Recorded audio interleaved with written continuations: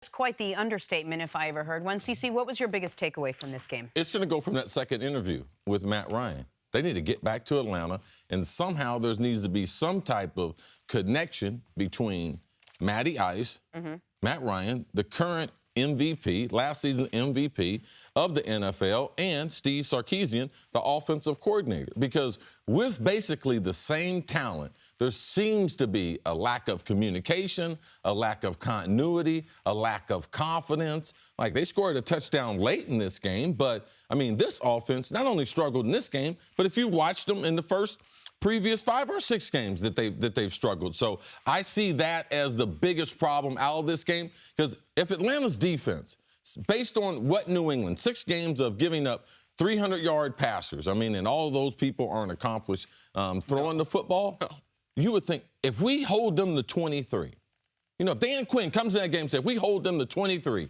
I think we got a pretty good chance to win. Absolutely. But no, not when your offense only scores 1 touchdown and late in the game. So there's no bigger takeaway from this game to me than Matty Ice, the current MVP of the NFL, and his lack of being able to follow up the 2007 season with a new offensive coordinator and relatively the same personnel and not have an explosive offense, not put fear into the defense like we saw. Mind you, they've only scored 1 touchdown in 6 quarters of football. This Falcons team. My biggest takeaway from this game, and that's a great note, Jenna, how the offense has just fallen off. They were up 17-0 in their previous game against Miami, and since then, the 1 touchdown. But my biggest takeaway is this. Coaching matters so much in this league. Yes. Yesterday was, remember those old Tom? I think it's the most underrated thing when you observe the NFL.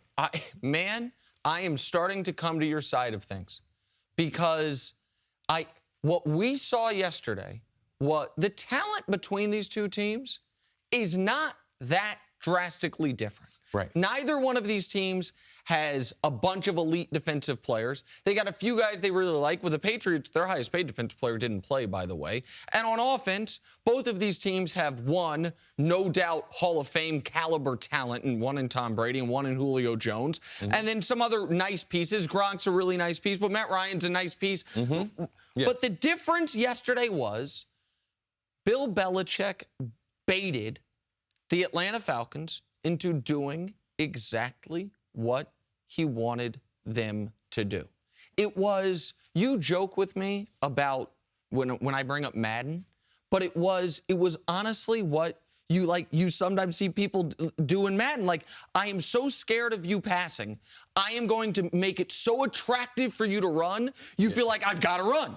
The Pats kept coming out in formations where it's like, man, I know we've called a passing play, but every bit of my football instinct says check to a run. Yeah. You only have 3 down linemen, check to a run.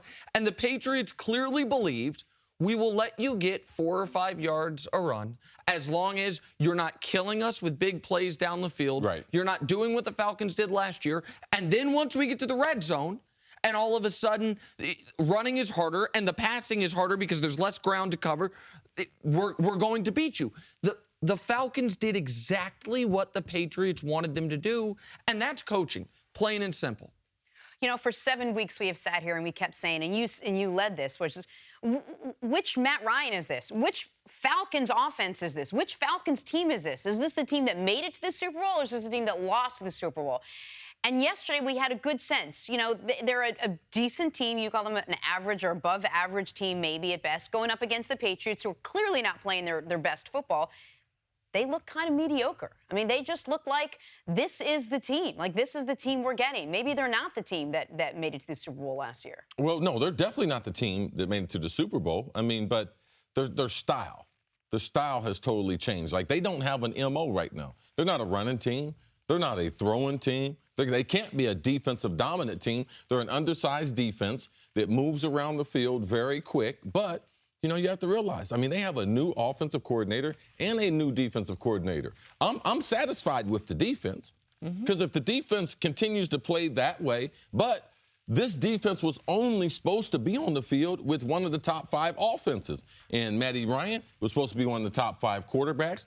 He's not living up to that. So the only thing that has changed is the offensive coordinator.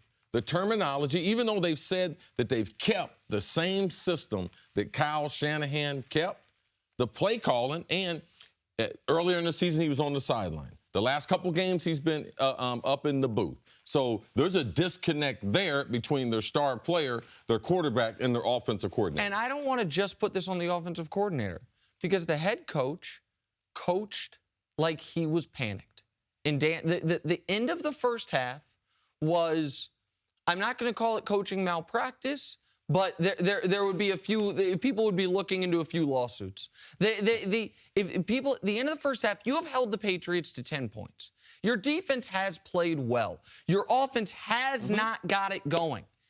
And you have a 4th and medium, a 4th and 6 near midfield, around 2 minutes left. If you punt the ball away there, and I am Mr. Go for it on 4th down, but you got to know time score situation. And who's on the other side? Tom Brady. If you punt the ball away there, and your defense, which has played well, the one touchdown they gave up, on the same drive, they had an interception in the end zone that got waved off due to a roughing the passer penalty. You punt the ball, you go into half down 10-0, you can deal with that. Instead, you go for a very questionable 4th and medium, give Tom Brady a short field, and now it's 17-0 at halftime. Like, that is coaching like your... I'm sorry, did you mention Atlanta was getting the ball back for the second half? I didn't, but that's a key point.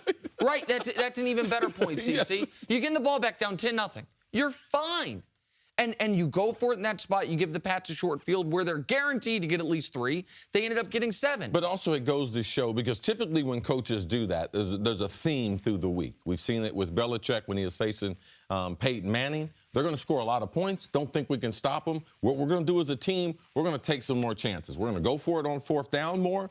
We're also going to maybe throw in some trick plays and everything. But what Atlanta did was they told everyone, you know something, this is not a revenge game. This is just another game.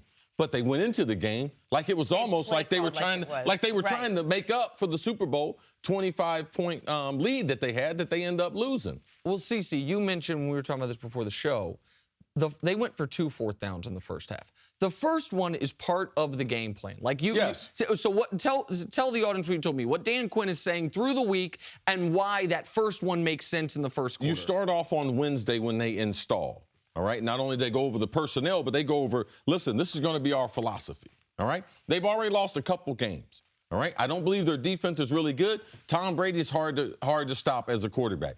What we're going to do as a team, guys, we're going in there. We're not going to play scared. We're going to play aggressive. On 4th down situations, I want everyone to be ready because the special teams have to be ready. The defense have to be ready in case they stop them. But the special teams, as far as the continuity going and off the field, but it lets the team know what's going to be the spirit of the team as we go to Foxborough this week. I thought that was the right attitude. But once you get into the game, Nick, you have to play the game out the way the game is played. Which is why going for that first 4th down can make sense. It's the first quarter. You don't know that your defense is going to be stopping them.